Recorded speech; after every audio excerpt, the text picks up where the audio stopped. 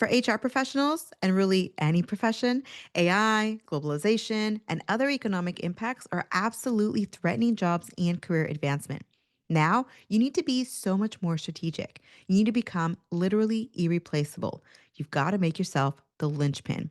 And Brittany Graddick, who had multiple promotions in her career from unpaid intern to C suite leadership, is here now to show us how.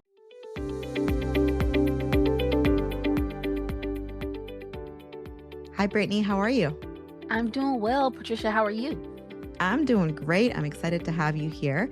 And let's jump right into the topic, right? If I'm here with you and I'm coming to you saying, how do I know it's time for me to become irreplaceable? What are some signs that it's time for me as a professional, particularly in HR, but across the board, to really make myself irreplaceable and make myself the linchpin to avoid some of these issues? Great question. So for me, when I entered into the profession, into the working world, into HR, I didn't know what HR was. And so a lot of people who entered at the same time that I did, over 15 years ago, were in that same category. When I talk to HR professionals now, interestingly, a lot of us are going to school for it. But either way, whether someone has decided to go into HR or they happen into the profession, it's interesting they find themselves in the same place where they're finding themselves under the leadership of someone who either doesn't have the capacity to help them get to the next level, they don't have the knowledge or skills themselves. They might be the senior most HR mind in their company, or their lead just doesn't have the time to take it doesn't have the interest in helping them to get to the next level. So for me, I think the sign is if you recognize that there's not a framework around the work that you do right now, there's not a plan in place to understand how can you get to the next level of your career and you're left wondering, you're feeling stuck. That's the word I hear a lot, feeling stuck.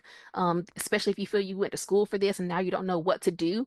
That's really the sign that you've got to do something different. Oh, I can imagine. I work with so many people who have been in their career for 5 years, 10 years, maybe longer, and they're like, I need something new. What I find really interesting is when they come to me in the job search, they're thinking, I need something new. Mhm. Sometimes we find that you don't actually need something new. You need a new environment or a new way of working, a new way of thinking about things. And one of the pieces that I recently had, one of the situations I recently had with the client was that they were in this really large organization and it was just incredibly stressful and taxing, and the expectations were just incredibly high. And they thought they needed to change completely to a whole other career when it turned out that a slightly smaller organization with some different culture might be a better fit. And so, can you tell us a little bit about, you know, there's a signs of I need to become irreplaceable. But there's also the signs of this is just not the right fit for me. This other place would be a good fit. How do you know if you're in that situation?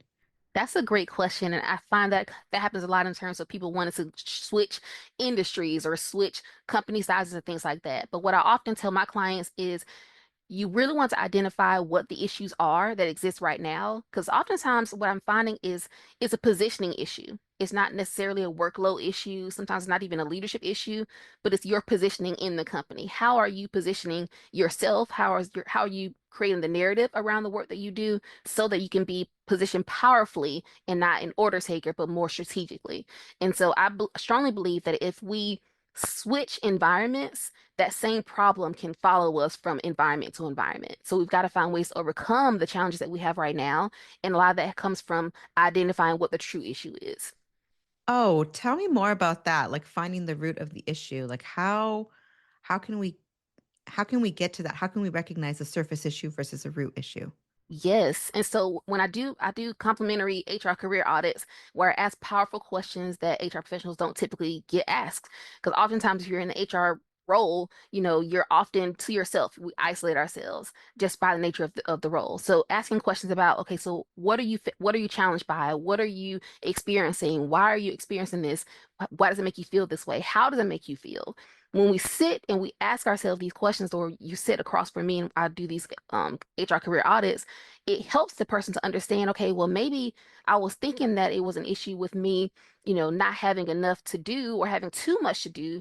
But when did I ever tell anyone that I want to do something different? Or when did I ever tell anyone that I had a desire to do something different? Am I having conversations with my leader about my next step or about my desire to shift what I'm doing right now. So I think it's easy to work on emotion, but it's taking a step back and getting very logical. And that's why it helps to talk to someone who doesn't have a dog in the fight, so to speak, to ask someone who's not so emotionally related to the issue, but ask yourself these questions to really get to the root cause of it. It's not personal, it's business.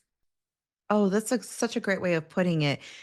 What I'm understanding from what you're saying is that when you work with folks, and if you're sitting with us right now, this is one of the pieces you can start thinking about now is there is if there's one problem that seems to keep going with you to multiple places, or if you want to avoid looking at that situation and saying, wow, I've been to three different places and the same situation's happening. Hmm. This is where those really tough questions can be incredibly, incredibly helpful in your growing as a person and as a professional.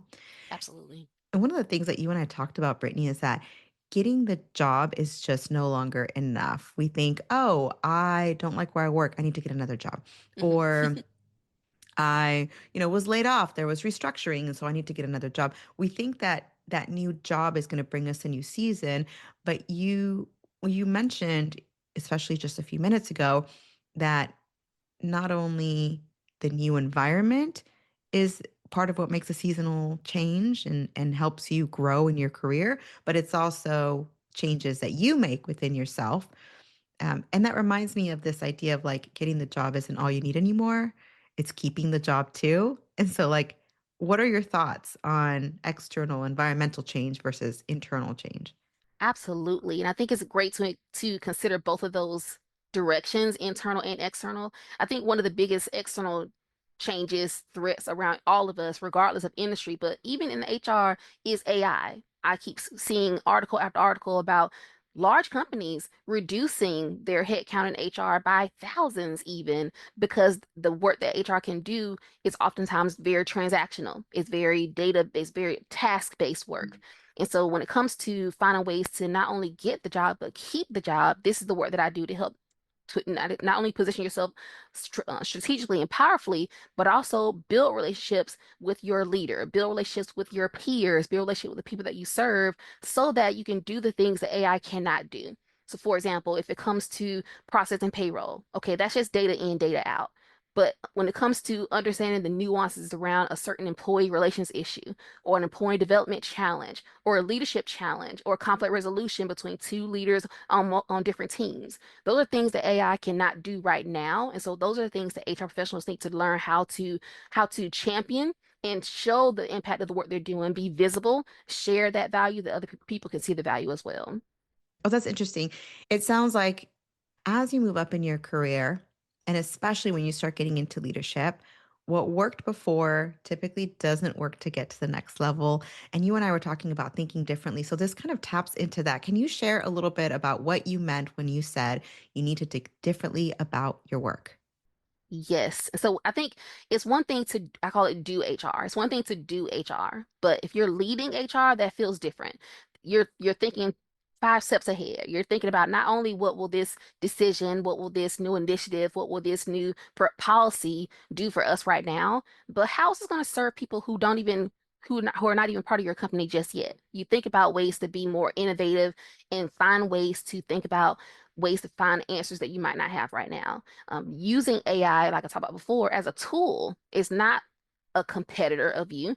You want to make sure that you're capitalizing on what AI can do and strengthening what AI cannot do by you taking what you can bring to the table as well. So you have to think about how you work differently. I call it elevating your work. So it's one thing to think about the tasks of your work, and so I have what I call the HR proficiency pyramid. So think of a pyramid. The bottom level, I call it the task-based work. You're focused on your tasks. That goes to data in, data out. The second to the bottom is processes, where you're not only doing the work, but anything that you have to do more than once, it has more than one step, needs to be a process around it, whether it's a checklist, whether it's a template, whether it's a guide.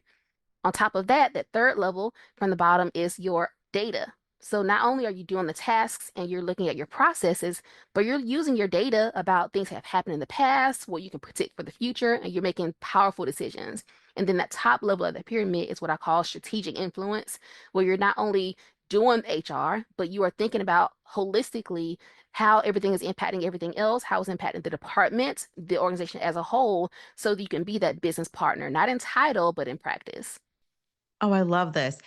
One thing that's really important is if you're listening right now and you're like, oh, that doesn't apply to me, that pyramid doesn't apply to me because I'm not in HR, I highly encourage you to practice the skill of transferring patterns, information, transferring concepts, right? Because it very much applies to any leadership position across the board, any career where you're moving from individual contributor or early individual contributor to subject matter expert. Even if you are an individual contributor at the top of your game, seasoned professional, you are a more strategic individual contributor. And so these levels apply to you as well. Now, before I have so many questions about your model, really, but before we get into that, I'm so curious. You mentioned something on the lines of making your work so human centered that it cannot be replaced and providing insights only a human can provide. Can you give us like an example of, sometimes a concept might feel like, I don't understand what you're saying. I'm giving the information and there's nothing more to give than the information. How do people start thinking more strategically and giving those deeper insights? Yeah, that's a great question. So, for example, on my day job, I work at a credit union and we serve about 115 employees or so. And so, years ago, saw the writing on the wall. I knew that we had a lot of employees that were getting ready to retire, and they were going to retire in droves, it felt at the time. And I knew it was coming. And knowing that, I also knew not only the data around birthdays and positions and things like that, things that AI would know, but I also understood the temperament of our leadership team. I also understood the willingness to do different things. I understood how to roll things out so that it can't be a complete change of a culture, but it had to be something that was slow rolling, that I could make it more palatable, to make sure that the culture shifted in the process. And so, long story short, skipping ahead 7 years, now those managers are gone, but we have a bench of employees that have been developed in this time. Now we've got new managers in place. We've got new developing and emerging leaders in place because I saw the writing on the wall. If AI was looking at this data model years ago, they would say, okay, well, maybe the strategy would be to just hire a lot of people from the outside. But I knew that doing that would help to perpetuate the common complaint that employees gave, where we only hire from outside. We never give people internal promotion because that was the narrative, because that was their reality at the time. But understanding, thinking so many steps ahead, I wasn't thinking in the moment of whatever that year was. I was thinking several years ahead and thinking not only about what's going to happen, just head count wise, but also what will be the impact of the company if we keep going in this direction. So think about ways that you can add value in ways that data cannot. The piece that catches my attention from what you're sharing is your ability to, like you said, see the writing on the wall and then put that together. It's like you're taking a lot of different skills that you have and you're bringing them together. You're synthesizing them to create a broader plan. You're saying, I see this thing coming down the pipeline. I can take a look and see, okay, who's on my team? What's their temperament? You're looking at the human side of things. You're looking at the complexity of the organization. You're looking at the resources that you have now and will have in the future. What's sustainable? There's so many pieces there. And I think that's as you get higher and higher in the pyramid, have you heard, you probably have Bloom's taxonomy? No, I've not. So, Bloom's taxonomy is a way of kind of teaching people at different levels. And if you hear some clicking here, I'm going to just really quickly bring it up. And so, in Bloom's taxonomy, the first layer is recall. Can you tell me what information I gave you? This is the facts Hmm. that you are talking at the bottom of the pyramid. Hmm. The next layer is understand. Can you explain to someone who doesn't know the topic? Oh, wow. Yes. You see what I'm saying? The Yes. next level is apply. Can you put this into practice? Next level is analyze. Can you look at multiple different pieces and understand how they fit together? Next level is evaluate. Can you tell me why something is not working? Next level is create. Can you take multiple pieces and analyze them, evaluate what needs to change, and actually create something that puts that change into practice? And that's exactly what you're explaining. So I just love how, things just are parallel and they correlate with each other. So I'm curious to hear your thoughts. since apparently there's so much alignment between Bloom's taxonomy and the work that you do. I think it's amazing that you brought that up. I've never heard of that framework. I want to look more into it. I think it's really interesting you bring up a great point about individual contributors and how we have to get beyond that. I think in the past, individual contributors who were great individual contributors were easily given the next opportunity because the assumption was if you're great here, then you'll be great there. But I think we've seen time and time again managers who were great individual contributors but are not great people leaders. And so I think it's important to realize that the shift is happening in real time where just doing your job well is not enough. When it comes time to find ways to make yourself irreplaceable, to do the things that AI cannot do, we've got to find ways to position ourselves differently. I keep saying it, but find ways to work at a higher level. The gone are the days where just doing your job well is enough. Oh my goodness, that is so accurate. And I love that you mentioned that because, you know, I don't know if you remember back in school, they taught us about the, I think it was like the industrial age, Oh yeah. right? And then we're Mhm. moving into, right. So, and I'm not going to, don't even quiz me on that because I don't even know what the next one's called. But what I remember is when the job was to make widgets, and Mhm. the entire generation was one that stayed in their work, through thick and thin, their entire career, there wasn't a need to kind of develop your interpersonal skills, your emotional intelligence, your strategic skills. Now we're in a completely different ballgame. And so if you've been in your career for 5, 10 years, whether in HR or across the board, you may have noticed that shift that and even add on AI on top of that, right? AI can do all the things that are at the bottom levels of either your system or Bloom's taxonomy, whether it's one of the four E's Mhm. or Bloom's taxonomy. AI can recall, can understand, and can apply basic things. It's when you get into the analysis, the evaluation, finding deeper insights than just the surface level pieces, creating something new, that's where we are expected to operate at a more creative, more strategic level, even if you are an individual contributor. And I can tell you this, if you're early in your career, this is your advantage. The fact that you're Mhm. thinking about this now, because these are the people that are going to move up. It's no longer the person who can do the job well. It's the person who thinks outside of their job. And like you said, Brittany thinks in the future. And the only reason I say that is because those are the types of skills we're writing into resumes. Those are the types of skills Absolutely.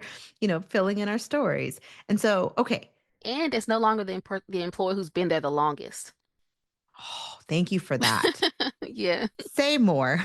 It's no longer the employee who's been there the longest because I hear that a lot as well. I've been in my company for 10 years at this level. Why have I not moved up? My question to that person is, well, what have you done differently? How are you improving anything? What's better because you're there? If you're just keeping the ship running, if you're just keeping things afloat, then they've got no incentive, they've got no desire, no reason to move you into anything different. But if you are moving yourself and your positioning so well where it will benefit the company and benefit those around you for you to have more influence, for you to have more autonomy, for you to have more decision-making authority, then that benefits the company. But no longer are you going to be promoted because you've been there for 2 years, 5 years, 6 months. It's going to take more than that. Mm. Along those lines, it's going to take more than just doing the work that you're told, right? Hmm. You have a specific system, and you mentioned the word flywheel. Yes. Help me understand kind of your system and help us all understand your system and how it's a flywheel specifically. So before I talked about the pyramid on thinking about ways that you work, but the flywheel is more about these are the things that I think are non-negotiables. And I think if you're leaning too heavily in one of these four areas, then everything's gonna crumble. So the four things that you need to be successful in your HR career, you need education, you need experience, you need a high level of engagement, and you need excellence. And so, what I mean by that is education. You've got to have some body of knowledge that you're pulling from. It can't come all from your head, whether it's textbook knowledge, whether it's you've gone to school for, whether it's a certification or a specialty credential, whether it's HRCI, whether it's SHRM.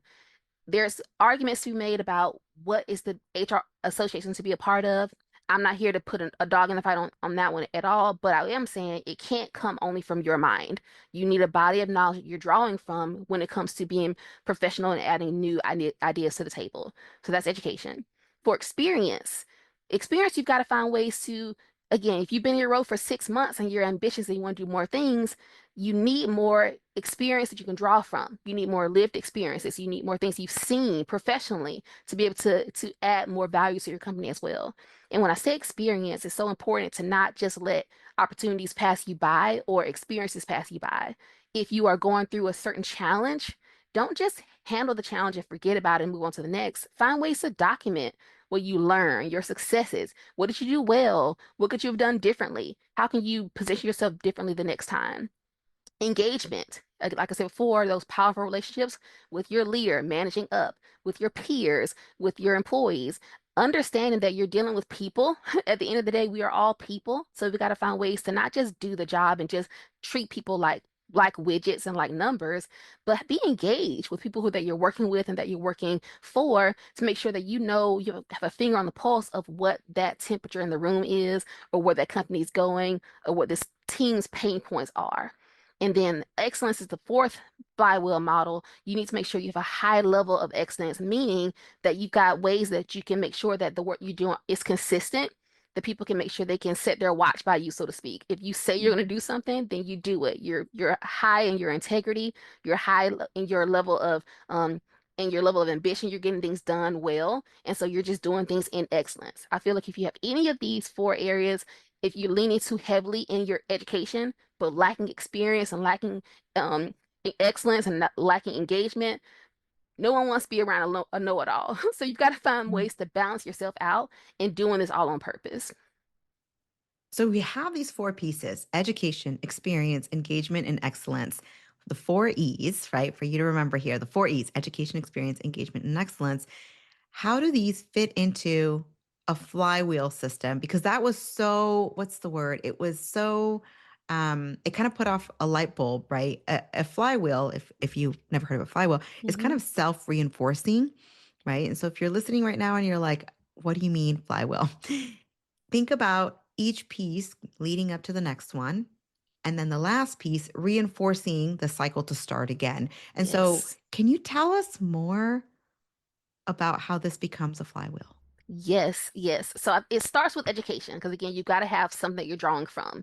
But with your education, the next level in the flywheel is your experience. So you're using your education to inform your experiences, and then you're using that to inform your level of engagement. So taking what you know, taking what you're doing, and using that to make sure you are relating that to the bigger picture. You're not just making decisions in a vacuum. You're engaging with other people around you. And you're doing that excellently. You're making sure that you're taking all of those things into consideration to make sure you are taking everything in, and that excellence take you back to education. You got to keep learning, you got to keep applying, you got to keep being with your people and keep reinforcing the work that you're doing. I'm curious to hear, right? So, to kind of give you an idea of where we're at, maybe you're driving and you're tuning back in after, making a turn or something. So far, Brittany has shared with us, here's some of the signs that you need to kind of re-engage and become the linchpin, become irreplaceable. And then also, we talked a little bit about thinking differently. There's a mindset shift that's required as a part of this change. And then there's a nice, neat process that Brittany has put together for you that's, education, experience, engagement, and excellence. And it becomes this flywheel that's self reinforcing. But now, Brittany, can you tell us a little bit about what are some of the successes that you have seen in people you've worked with who have put into place a system like this? I think one of the biggest successes I will have is my own career, starting from intern, then generalist, and then manager, then senior manager, then AVP, then VP, and now chief. And all of those levels in a prior guest was talked about associations and volunteering and making sure that whatever industry you're in, making sure that you're in line with that association. That was my way of gaining experience. That was my way of gaining education. That was my way of getting engaged with people even outside of my company as well. But even inside of the work that I do, making sure that people have that clarity around not only doing your job, because HR arguably is HR is HR. But you've got to find ways to know that there's a plan and there's a process around the work that you do so that every day doesn't feel like a Groundhog Day. I love that. I love that. By the way, if you're listening and you're like, who was that guest? That was episode 123. That was Mac Pritchard. So Yes. check that out. Just a couple of weeks ago. So Hmm. thanks for bringing that up. We love Mac. Okay, so essentially, what you're saying is that this flywheel system helps you not just for a one time outcome, but it helps you to develop yourself, which is your best investment, right? Nothing has a better return than investing in yourself and your own professional growth for the long run. What other wins have you seen? Like there's the big picture wins, but then there's might be also what I call like quick wins, right? And I think a lot of people call it that. I shouldn't claim that I call it that. Um, but think about like the pieces where you're like, oh my gosh, I don't know, got a promotion within X number of days. Or I don't know, what are some wins or what are some aha moments? Like what are the pieces that you've seen in clients that you think, oh, it works because it works? Yeah, I would say one of the most recent wins. I'm working with a client right now, and her biggest goal is clarity. So she's in the role right now that title wise, she's right where she wants to be, but pos positioned in the company not so strongly.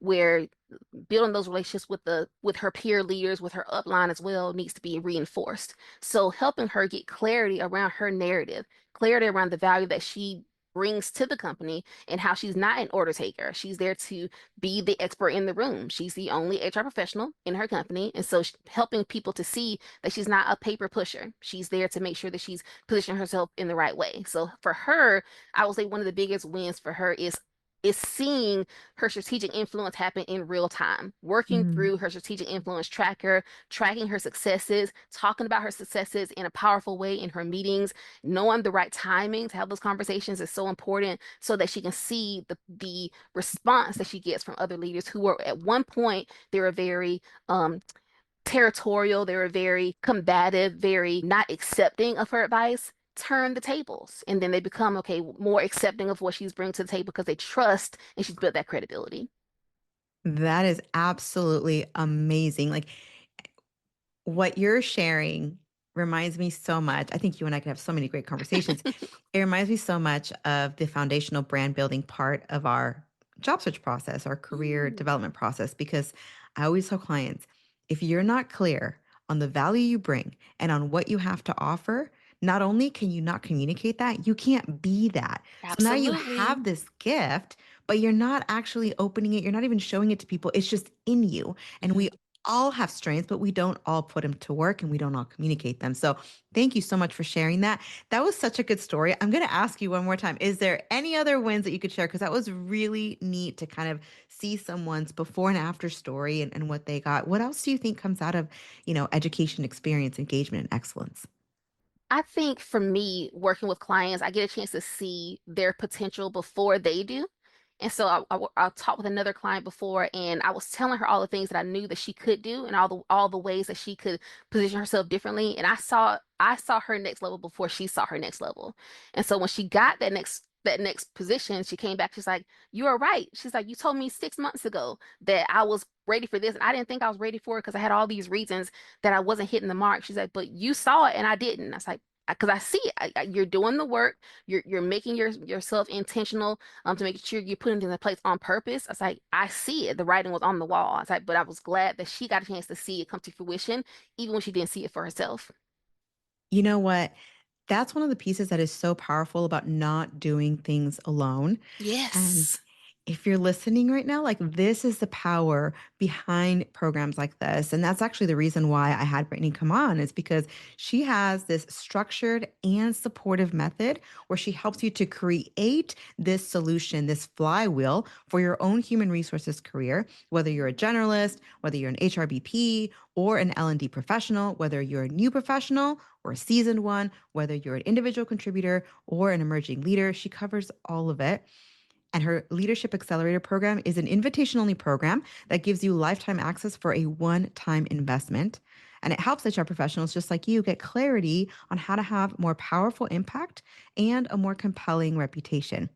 Listen, if you're interested in her program, check out the description below. There is a link for her complimentary career audit, which happens to be the first step in learning more about her career accelerator program. And Brittany, like, here's the thing.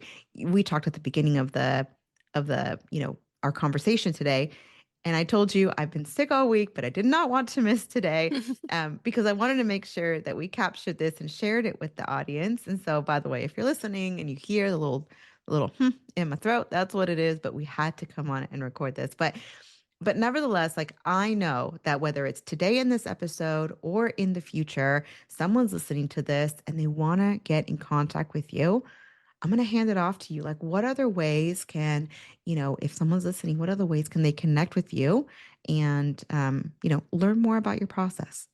Absolutely. I would love to connect on LinkedIn, Brittany Graddick, and also on YouTube. My YouTube channel is Bryttani Graddick, HR career coach, where you can see more about my learning style, learn more about my mantras when it comes to positioning yourself professionally in your HR career. But just reach out to me. I'm always about making sure that I'm building my professional network on purpose. I teach my clients, make sure that you're doing it the right way. Position yourself powerfully on LinkedIn to make your value visible there as well.